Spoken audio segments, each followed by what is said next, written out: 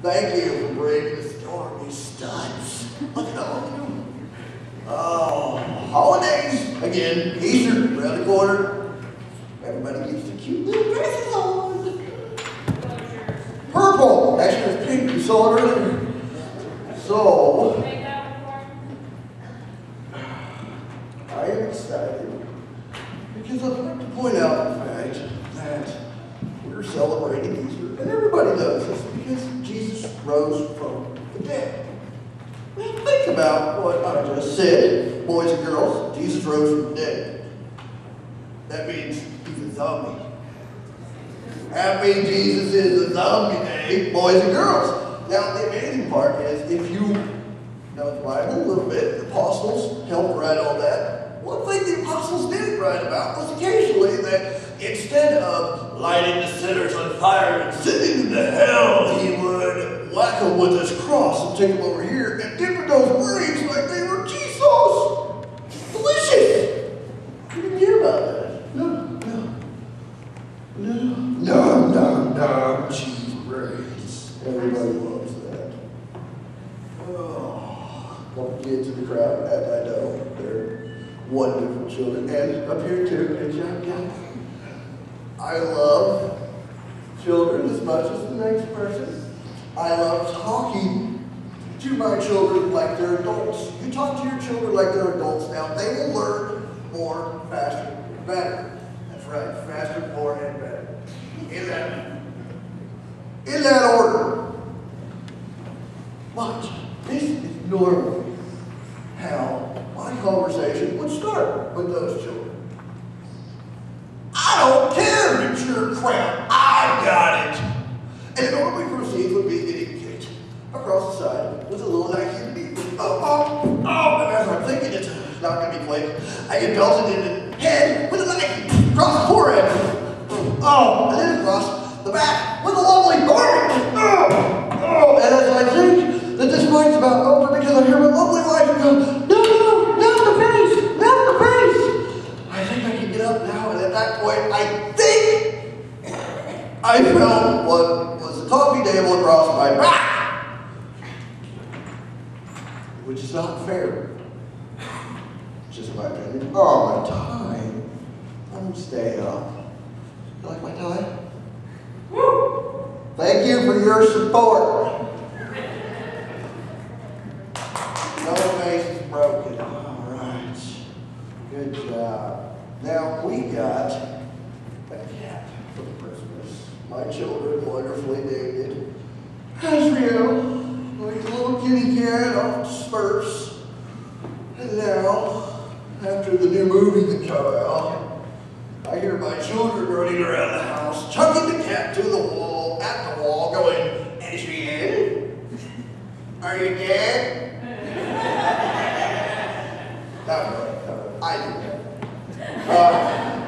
Actually, I was upset because the cat is really cool, really calm. I miss the cats that are like ninjas.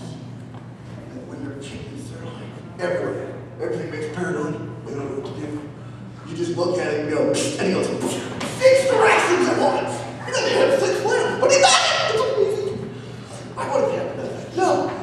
I'm expecting when there's a mouse in the house. I'm talking old school. I'm expecting that cat to whip out a big sword out of nowhere, chase the little guy across the room, knocking everything off the wall, kicking it over. Somehow he pokes a couple holes in the fish tanks, and then he comes back real quick and puts a bunch of plugs in so he can get no water anywhere. Good job, very good. And then he runs into the kitchen, and you see pans flying, and pots are coming. He pulls the lasagna out and chucks it across the room, not even in the oven, just from behind him. Don't know how it happened. It's amazing. I want to see that. Do I get that? No. What do I get? I get a cat, and when it comes up and it sees a mouse, it skitters up my leg, jumps on my shoulder, it's looking at me, and then looking at this mouse. And the mouse walks into the kitchen, and look at the cat going, she goes, you take me care of this? And the mouse makes him a sandwich, opens him with soda. Takes the time to eat the sandwich. Drinks a little more of his soda. I think he smoked a cigarette. That irritated me. He wants to smoke in the house. Finishes off the soda, grabs the snack as he goes out the door. And I grab this cat by the neck and go, what are you doing? That's your job. seen these Tom and Jerry cartoons. If you want to go find your house shop stuff, you go right ahead. So if you look closely, I've got KitchenAid on one side and a smear of Teflon left on the other. KitchenAid, get it pink. Oh my gosh. Goodness. Oh, here's a few random things. I blame this on my parents to this day. If I go, and I know this sounds funny, but I help my children. If I go hunting for grasshoppers, I immediately get hungry. And it's because they gave me garlic containers to put all the bugs in. So every time I get a grasshopper, I want to eat it, but I don't. Okay, maybe. When I go into a public bathroom, urinals, all I can think is yellow, blue, white, green, yellow, blue, white, green, yellow, blue, white, green. Some of those bathrooms have little flies as their urinal patty thing. You know how much fun that is to chase around? 20 points, 40 points, 100 points, sweet jackpot, this is better than pinball. I wonder if midgets ever get the urge to wash their hands in those same urinals. It's the same life! Tall, sorry. Ew, you got it. Good job, sweetie, good job. Oh, do you ever wonder if Cookie Monster gets tired of the stereotypes of how to have a cookie every read? I need some regular jokes, just like the rest of us. I want a McDonald's, but let me want you give me Big Mac for front meat, and I want Diet Coke. And you just imagine the dirty little 17-year-old just there and going, this is like a dream come true in the back of his head, and he's about to give a going, don't you want something else? No, me no one nothing else. Just Big Mac, French fry, Diet Coke, please. Are you sure you don't want anything else? No, you just want Big Mac. Are you sure you don't want a cookie? No, me don't want a stinky cookie. Are you sure you don't? Okay, just give me a cookie. There's your stinky cookie. You pick up. Give me Big Mac. I asked for Diet Coke.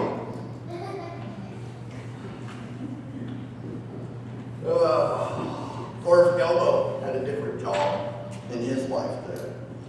Instead of being, they talked about shutting Sesame Street down. I feel look for something. Elmo. One for Elmo, two for Elmo, three for Elmo. You shut your mouth. That's another one for me. Four for Elmo. I hate certain packages of candy. It's so irritating. You sit there and fight. And they make it so tiny and you get I want to pull and tweak. And I want to do it without scissors, so I feel like a big boy. And I get so mad. I get irritated and twisted and pulling and nothing and can't get it. And it makes me mad that I realize they should use these same packages on condoms. Because that rate that we always worry about would plummet. Because all those little high schoolers would get so aggravated, they would never open it. They'd get more aggravated than a mirror trying to figure out what his left hand was supposed to be for when he doesn't. Stupid candy wrappers. Oh. Now, one thing I haven't talked about before is my dear, wonderful grandma. And thankfully she's not here because even as small as she would be and in her wheelchair, she would still manage to beat me to a pulp. Now, one thing I love about my grandma, as she got older, her sense of humor got sicker. She, at that point, got a philosophy bag. Anybody that doesn't know what that means, it means it catches all your yuck that comes out of your body. Poop, pee, and any other number 3 that you guys might make up while you're figuring it out. Now, my grandma being the wonderful person she is, my uncle was just as wonderful, and he would go down and visit and take her and my aunt, of course, would follow, doing well with her. So my uncle would have to pick her up. Not a big deal, she's a tiny little lady, and occasionally he'd pick her up and she'd fart. No big deal. The only problem with that is when you have colostomy bag, it is rather rancid. It is not good to the olfactory senses. In other words, it makes you barf. Okay? Let's make that sentence. So anyways, my grandma, one time was getting this done. Uncle picked her up, he sets her in, and she goes, and with the straightest face she can say is, "Don't forget my purse, sweetie." I don't think we're going to leave that behind, Grandma. Another time she come to our house, before she got to that point, we had monkeys. We had 3 different types of monkeys. We had a marmoset, a tiny little monkey like this big, you fit in your pocket, red cute, only weighed about a pound. We had another monkey who was about 5 pounds, mid-sized monkey, nothing special. And then we got this third one. It was a snow macaque. If anybody knows what a snow macaque, not a snow, a snow, pardon me. A snow macaque is, it looks like baboon, it's really fluffy. And he'd been tore up pretty bad. Somehow somebody got a hold of him in the wild. Whatever, wonderful. We took care of him. Really sweet little guy. Well, when we first started getting to know him, we put him in our rec room, and we had him in this large, like 12 by 12 kennel. And my grandma, she had not seen this one. She'd seen the other two, excited, and here I am, 10 years old, Grandma, you haven't seen Herman. Let's go see Herman. So we run in there, I flip the light on, and the poor little guy's just going, I'm like, oh! I'm trying to stop Grandma, she doesn't see it. My grandma, in the perfect grandma face, doesn't even hesitate, she just looks at it and goes, "You stop it, you'll go blind." And I don't know what to do, I just saw my grandma, just saw the monkeys making the monkey, and I witnessed it. I was traumatized, and my grandma acted like she had 10 kids. Oh wait, she did have 10 kids, so I'm sure she experienced that at some point. So, in case you didn't notice, my wife made me pregnant again. Actually, all the writing was done before we actually realized that she was pregnant, but it worked out. Thanks, job. Good job, Mary. You're wonderful. So, I realized, with being our third child, how scared I am of pregnant people. I don't think Dr. Jekyll was an actual mad scientist. I think it was a chick that was pregnant, and that was mood swings that they were going through. Just saying, being a little paranoid. Like, honey, I love you with all my heart. Just come with bacon. Just give me bacon. Like, honey, come down. It's 6 a.m. It's just bacon. No, just please give me bacon, please. Okay, come, chill, it's okay. Most people want freaking ice cream or some weird sandwich and fried pickles. She's on the bacon. Everything bacon. I want bacon wrapped in bacon. I want peppers wrapped in bacon. I want roses wrapped in bacon. I think she even ate a small dog wrapped in bacon. It's disgusting. Just so you know, it didn't yell for too long. And now I'm even more worried because I have issues with the clothes with our other two. Because we're going to have baby clothes. If it's twins and they grow at different rates, I'm going to be so screwed. Of course, our children are 5 and 8. So you would think that our children were 5 and 8. No, it's not that simple. And why can't it be? Why? Because everybody makes clothes different. Bull crap! That irritates me! Make them the same size! Well, I was like, well, you just have to look at how this one fits on her and her. My daughter just grew 2 inches, the 8-year-old. She looks like a cartoon character. Her legs are up to here. And she still wears size 4 t-shirts. Doesn't make sense. And those Mr. Butts like Mr. Rush. Yeah, but she's got legs that are 4'9". She's 5'2". What the? Her belly button's in her chin. And then the little one, she's the same. Now, some of you know my children and know that they are not. That's me.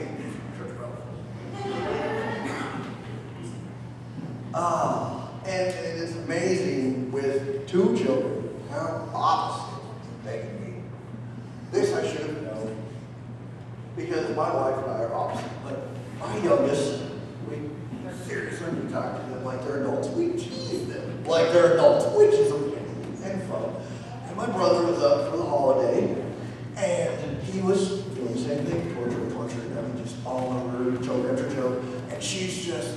She's like a kid from the Civil War, Stonewall Jackson. She's just staring at him. And then I walk in the kitchen and she's just looking, and finally, she's not breaking nothing. I'm so proud of her. She can hold it so well. Finally, he just gets irritated. He's like, man, this is a tough road. And she crawls up in the chair.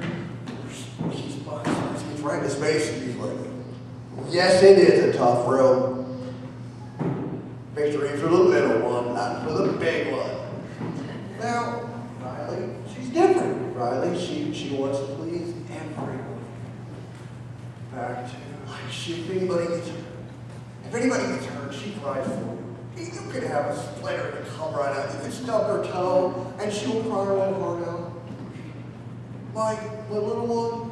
Yeah, we got our pet snake. Yeah, it's hers.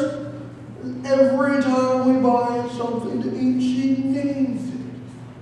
Not because she wants to keep it, like other little girls would do, because she wants to watch it die. She pulls up a chair, you throw it in there, it goes blam, and he starts eating, and she just waits, and he's halfway down, you can just see the excitement, she's shaking, she gets out, she's like, ah! He's eating the leaves yet, it's so funny! And the other one's sitting back, oh my God, look at it up again. Did they have to feed them both one more? Yeah, sorry. Diego's gotta go, sweetie. Diego's gotta go.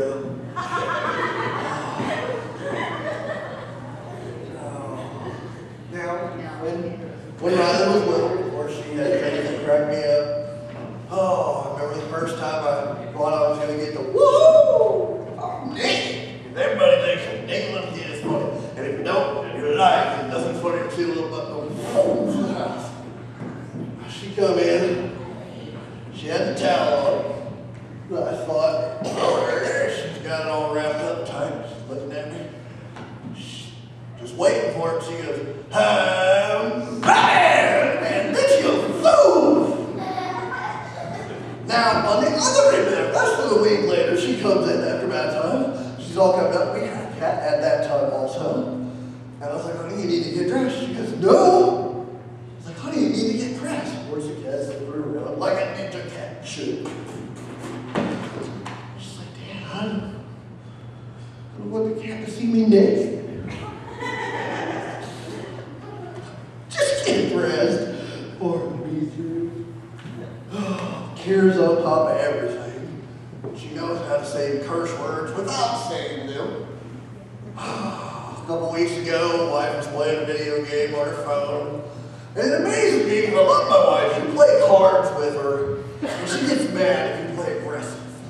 Well, that's what, it's just Uno. It's draw 4, you live. I don't care if you get hit grips, eat a banana. She gets mad. I'm like, draw 4, draw 2, draw 4, draw 2, reverse, hop, skip. It's not a big deal. You put her, she gets upset. Really, not like, she doesn't get mad upset. She goes, you're dirty, it's cheating, you're being mean. You're just being mean. It's like, it's just a card game, play. You teach my daughter to play, Riley, she throws a reverse down and she goes banana. My turn still. So, back to the Uno thing. My wife's playing it on the phone and she's cussing up the stove. Stupid game's cheating. I can't believe this. I'm going to win. I can do this. And I hear her go, asshole. My kid's sitting right there. Here he goes. Yep, that's what you are, Dad. I wasn't talking to your dad, sweetie. I was talking to you. Well, that's what you are, Dad.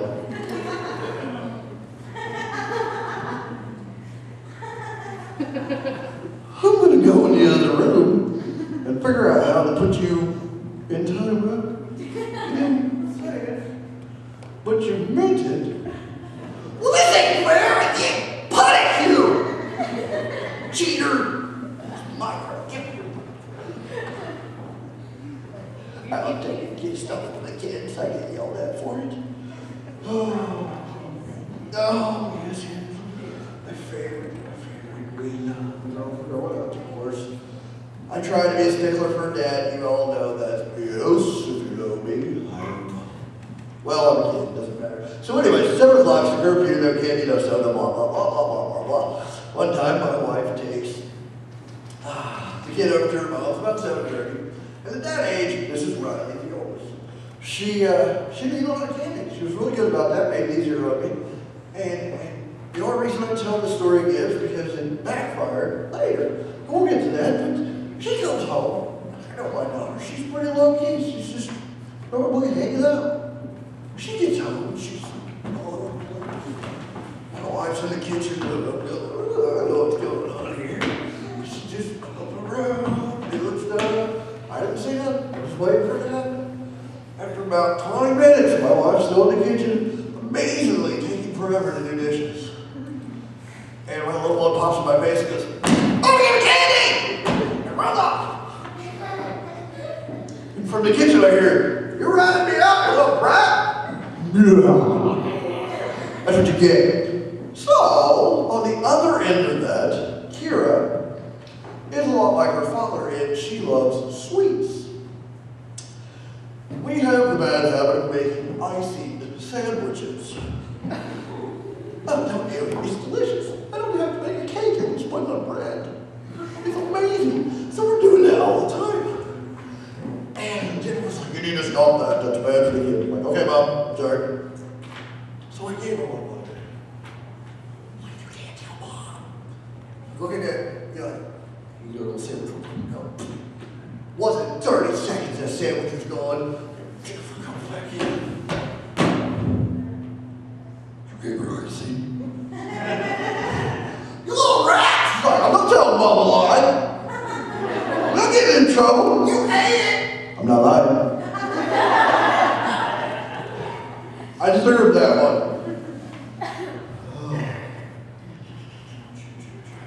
Now, the fun part of everything, everybody knows I get a kick out of poop jokes. Poop jokes are funny. Show me ours. Oh, wait, one more thing. Oh, I forgot about that. My girls are starting to do this. They're trying, it's adorable, I love it. Dad talks like this, Dad talks like this. So we'll run around, we'll sing songs, and we'll shake, whatever. Dying laughing. I think Kira is starting to get a split personality disorder. She plays this game where she's Cookie the dog, or Star, or another. And if you want to speak to them, you have to ask her so she can leave the room and come back. So one day, I'm like, "Hey, do dishes. Hey, can I talk to Cookie?" She's like, "Sure, I'll be right back, man." Now, if you're in our house, we live in a little bit of house, you come out of the bathroom, we just chuck our clothes there, make a pile, a little one. At some point, we take it downstairs. So she goes to get Cookie down that hallway. And before she comes back, I hear the cutest little voice. I hear, "Ruh-roh." So I backpedal from doing the dishes, which didn't take me 20 minutes to do. And I look in this hallway and like Ace Ventura, she's sprawled out over this pile of clothes, head down, feet in the air, and with the most cute little eyes, she looks up at me and goes, "Ruh-roh." It's a good job, sweetie. Wonderful, wonderful. Keep it up. Keep it coming. Now, back to the potty training. It's the worst part of anything. Anybody with kids that knows that, if you didn't, you're not going to look forward to it. Best thing to do is just lock them in and Tony on the spot until they hit 3. It's a great idea. Anyway, so my wife and I disagree on methods of potty training.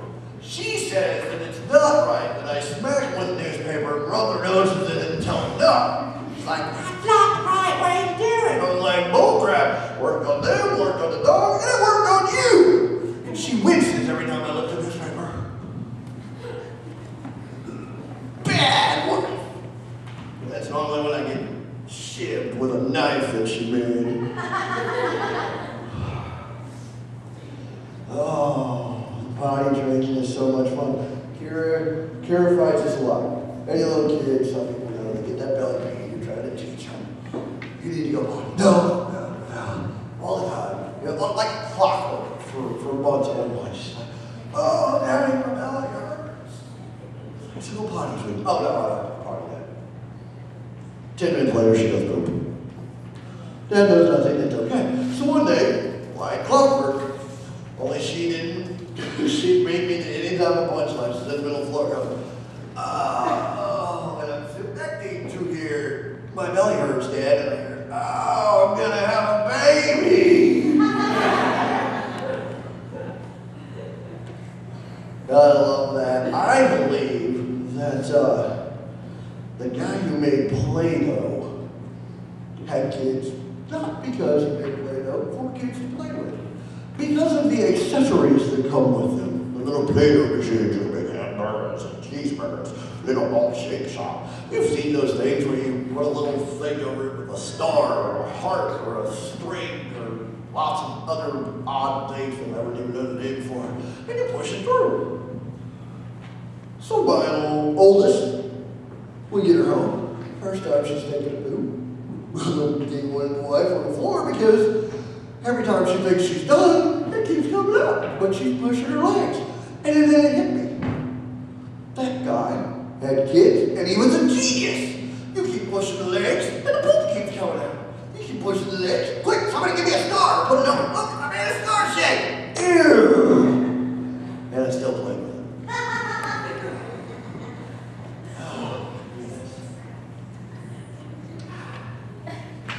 So, the best thing I've ever experienced with these children, as we're finishing potty training, for the most part, she's got it down. She's got it down for the most part. And she calls me in one day.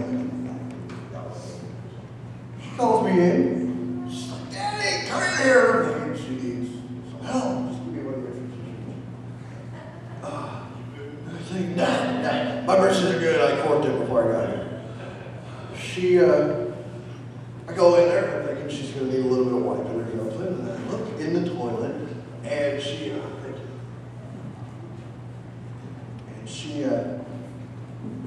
moved. And I look in there, and it's 22 inches long, unbroken. Now I know immediately you're going, that's gross when you're looking at Charles' poop. For one, you have to check your child's poop like you would anybody else's poop. But 22 inches long. Now anybody that has a clue, at 6'1", my intestines are roughly 22 feet. So at her height, that's about 18. No, not that far. I'm over-exaggerating. Imagine that. I would say at least 6 feet. Now, you have to always remember, it's all bunched up inside her little body. And I'm like, honey, come in here and look at this. It's 22 inches. I'm not coming in and look at that. That's disgusting. No, come look, really. She's like, that's gross. I'm not looking at it. I was like, no, give it up.